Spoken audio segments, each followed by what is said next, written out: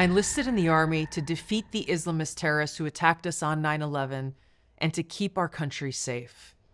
I've served now for over 21 years, deployed to war zones in both the Middle East and Africa, put my life on the line for the freedom and safety of the American people, and still serve today.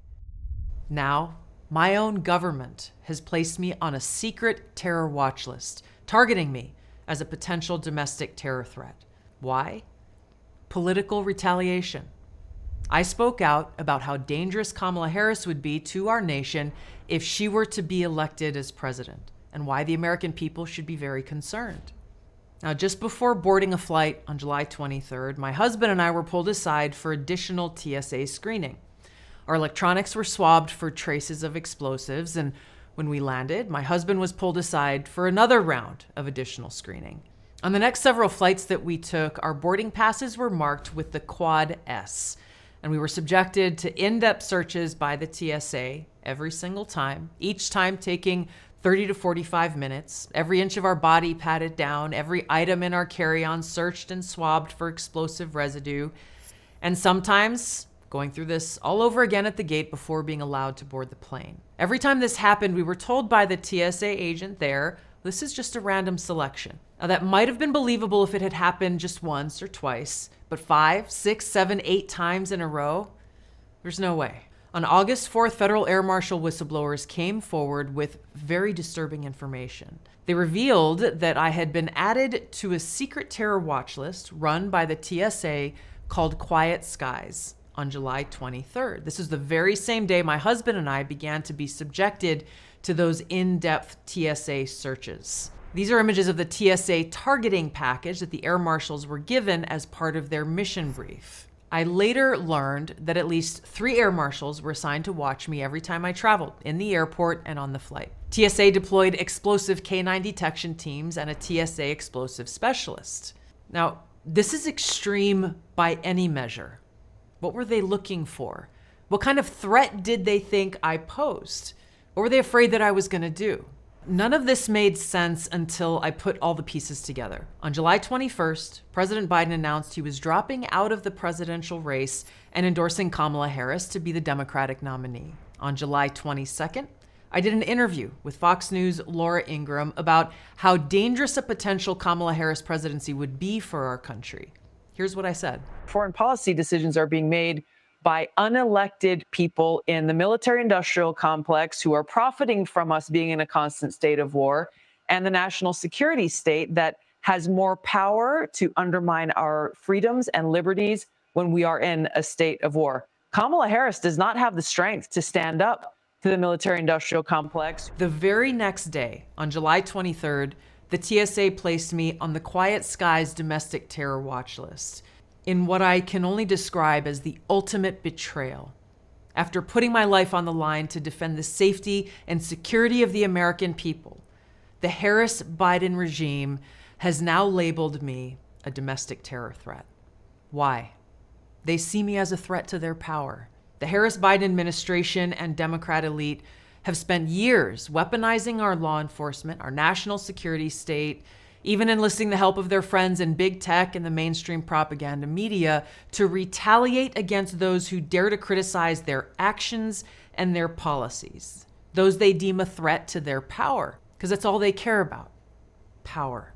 On August 21st, the Congressional Committee on the Weaponization of the Federal Government launched an investigation into the TSA's clearly politically motivated actions against me to expose the truth. I am not the only political dissident the Harris-Biden regime is targeting.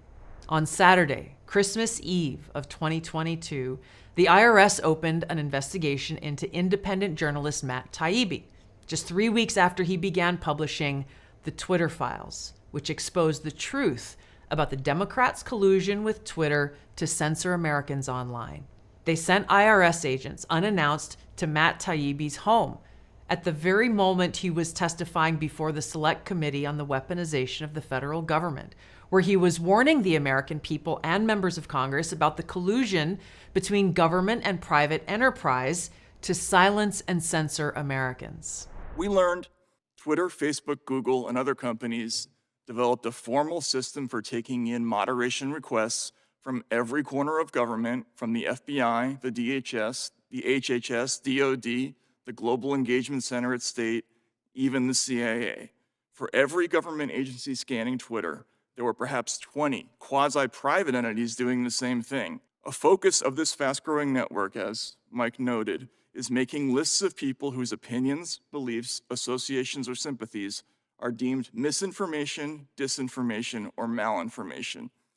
That last term is just a euphemism for true but inconvenient. Undeniably, the making of such lists is a form of digital McCarthyism.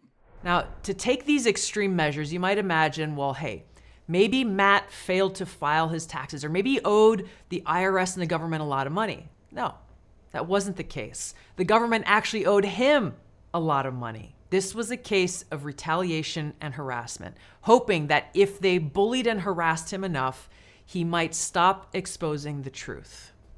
He did not. That same year, the Harris-Biden regime also targeted former FBI Special Agent Steve Friend. Now, Friend blew the whistle on the politicization of the FBI and the deployment of SWAT using extreme tactics to go after opponents of the Harris-Biden administration and their policies. Defying the Whistleblower Protection Act, the FBI wasted no time in retaliating against him. The FBI weaponized the security clearance processes to facilitate my removal from active duty within 1 month of my disclosures. In addition to an indefinite unpaid suspension, the FBI initiated a campaign of humiliation and intimidation to punish and pressure me to resign. In violation of HIPAA, individuals at the FBI leaked my private medical information to a reporter at the New York Times. I pray that all members consider the information I and my fellow whistleblowers present. You may think I'm a political partisan. You may think I am a grifter. You may think I'm a conspiracy theorist. It does not matter. Simply put, this committee should avoid the temptation to impugn the character and the motivations of the messengers seated before you. Now, Terry Turchi, the FBI's first head of counterterrorism and a retired agent with over 30 years of frontline service in the FBI, stood up for Steve Friend's character and integrity, along with over 30 other FBI agents. Turchi said, quote, "The FBI has been collapsed into nothing more than a police agency for the Democratic Party. Many of us feel that over the decades, we've seen the complete compromise of the Bureau." Now, sometimes the Harris-Biden administration uses their friends in the mainstream media to do their dirty work for them. Emmy Award-winning reporter Catherine Herridge, known for her in-depth reporting on the contents of Hunter Biden's laptop, faced multiple roadblocks by her higher-ups in her reporting at CBS. Yet she persevered. She stuck with the story. And shortly after being fired in what CBS called part of a major downsizing, CBS confiscated all of her notes, files, and reporting records in an unprecedented act that Catherine called journalistic rape. When the network of Walter Cronkite seizes your reporting files, including confidential source information, that is an attack on investigative journalism. When my records were seized, I felt it was a journalistic rape. Nothing short of political retaliation that, according to Catherine, her sources were deeply afraid of. Quote, "Multiple sources said they were concerned that by working with me to expose government corruption and misconduct, they would be identified and exposed." But it isn't just journalists that the regime has targeted. Permanent Washington has demonstrated the true extent of its unchecked abuse of power when it tried to remove a duly elected president, Donald Trump, in his first term. In 2017, President Trump questioned the credibility of the FBI as they investigated him based on accusations of Russian collusion that the FBI already knew were false. Senator Chuck Schumer issued a chilling warning about what happens when someone dares to challenge the intelligence community. You take on the intelligence community, they have 6 ways from Sunday at getting back at you.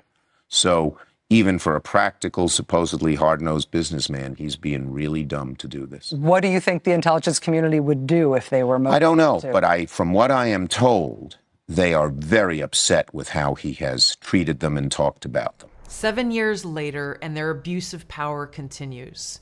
This presidential cycle, the Harris-Biden regime weaponized the Secret Service against their political opponents, denying protection to Bobby Kennedy Jr., for example, for months, in spite of the fact that he presented evidence of serious threats on his life and multiple break-ins at his home. What to speak of the tragic history of both his father and his uncle being assassinated. I'm the first candidate in history that has requested Secret Service protection since my dad's death, which is when they gave it to everybody. They have to give it to you 120 days out.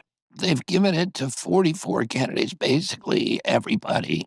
200 days, 300 days. I think Obama got it 541 days out. Jesse Jackson, people with a tiny fraction of my polling. I'm the first one that they've ever denied it to. And did they ever give you a reason? No. They put his life at risk because he had the audacity to challenge the Harris-Biden presidency.